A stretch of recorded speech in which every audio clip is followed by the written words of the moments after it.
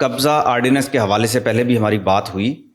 اس میں جو پہلا قانون تھا جو معطل ہو گیا، سسپینڈ ہو گیا، اور ابھی اس میں کچھ ترامیم جو ہوئی ہیں. پہلے یہ تھا کہ کوئی بھی سائل جس کو یہ پرابلم ہوتی تھی، اس کی پراپرٹی پر کسی نے قبضہ کر لیا تو وہ ڈی آر سی میں جا کے فائلنگ کرتا تھا.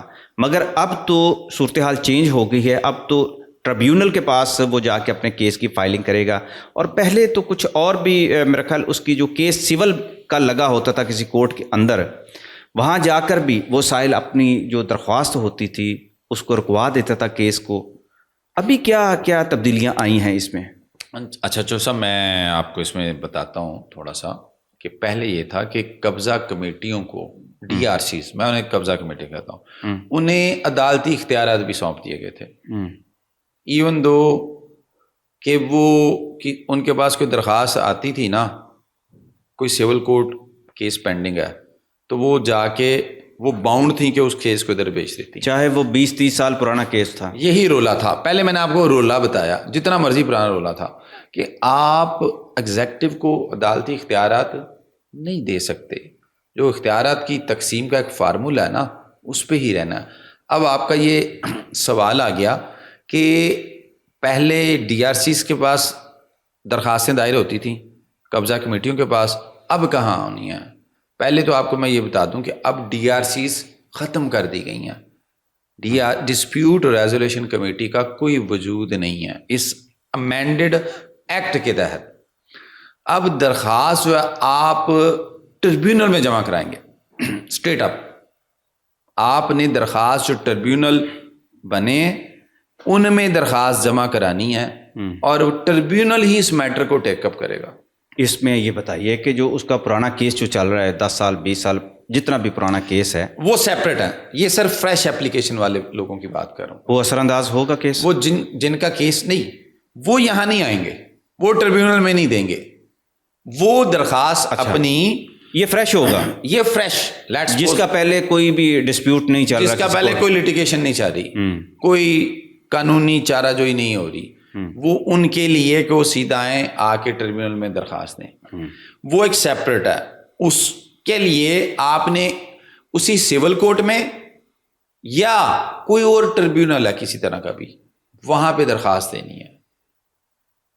وہ آپ درخواست دیں گے کہ وہاں سے وہ کیس میرا اس پراپرٹی ٹریبیونل میں بھیج دیں، اس ایکٹ کے تحت جو ٹریبیونل بنا. وہ تو ٹریبیونل کرے گا نا،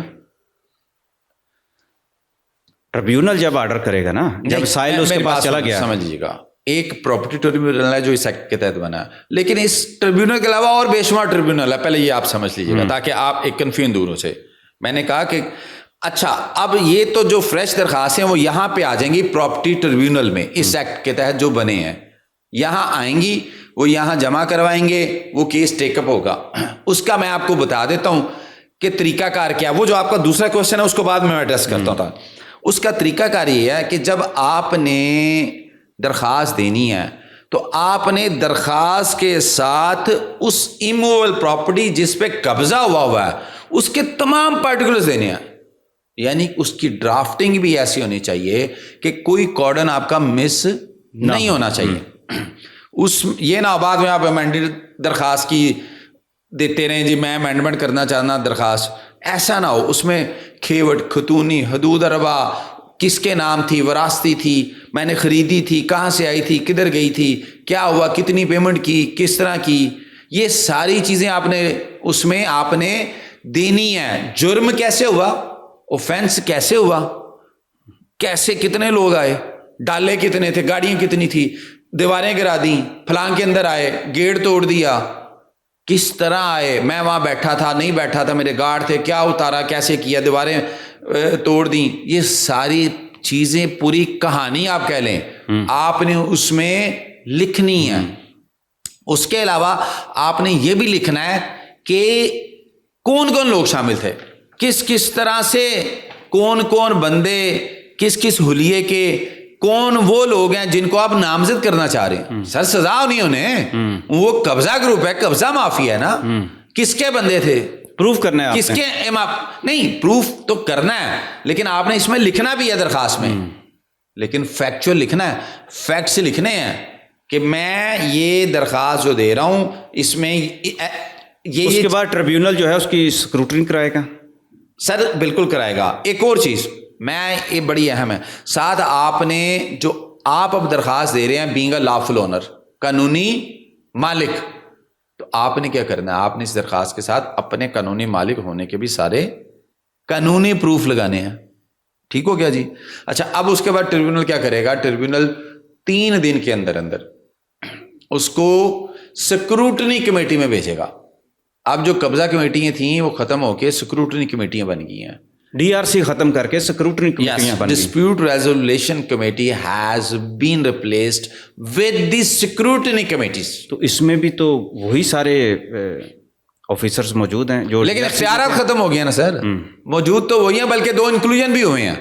2 بندے 2 آفیشل نئے آئے ہیں.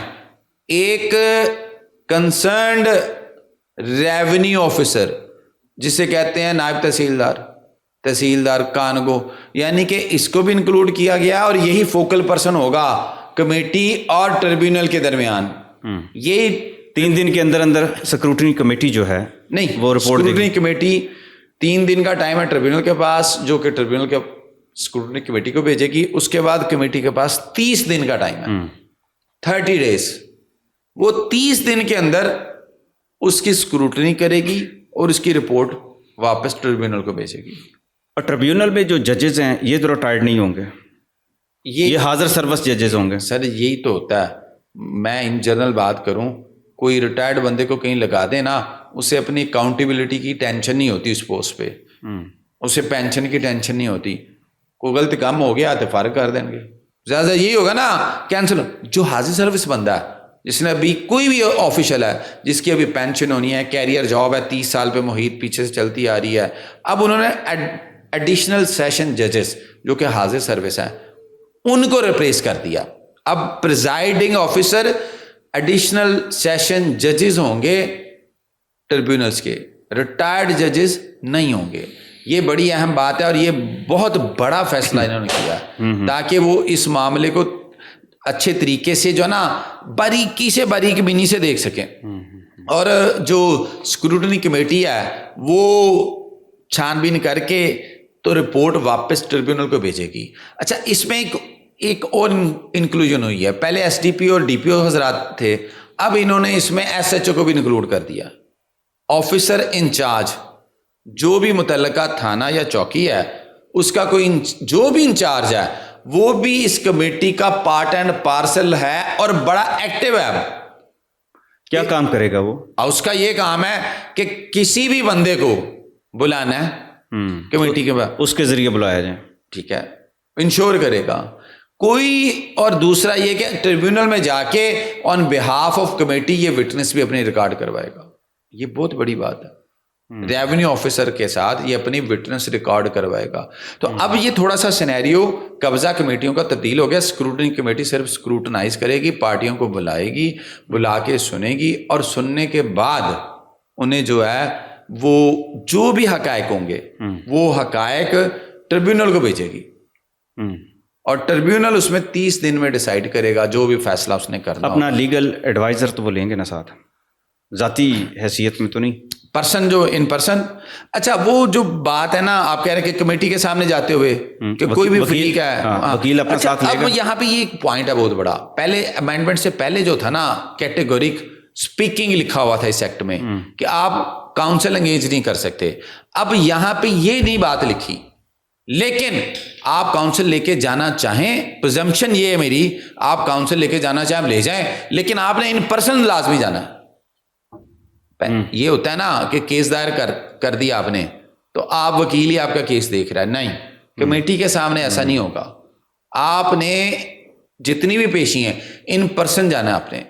اگر آپ ان پرسن نہیں جا سکتے تو پھر آپ الیکٹرانک مینز کے تھرو جو ہے نا اپنی اپیرنس دیں گے کمیٹی کو.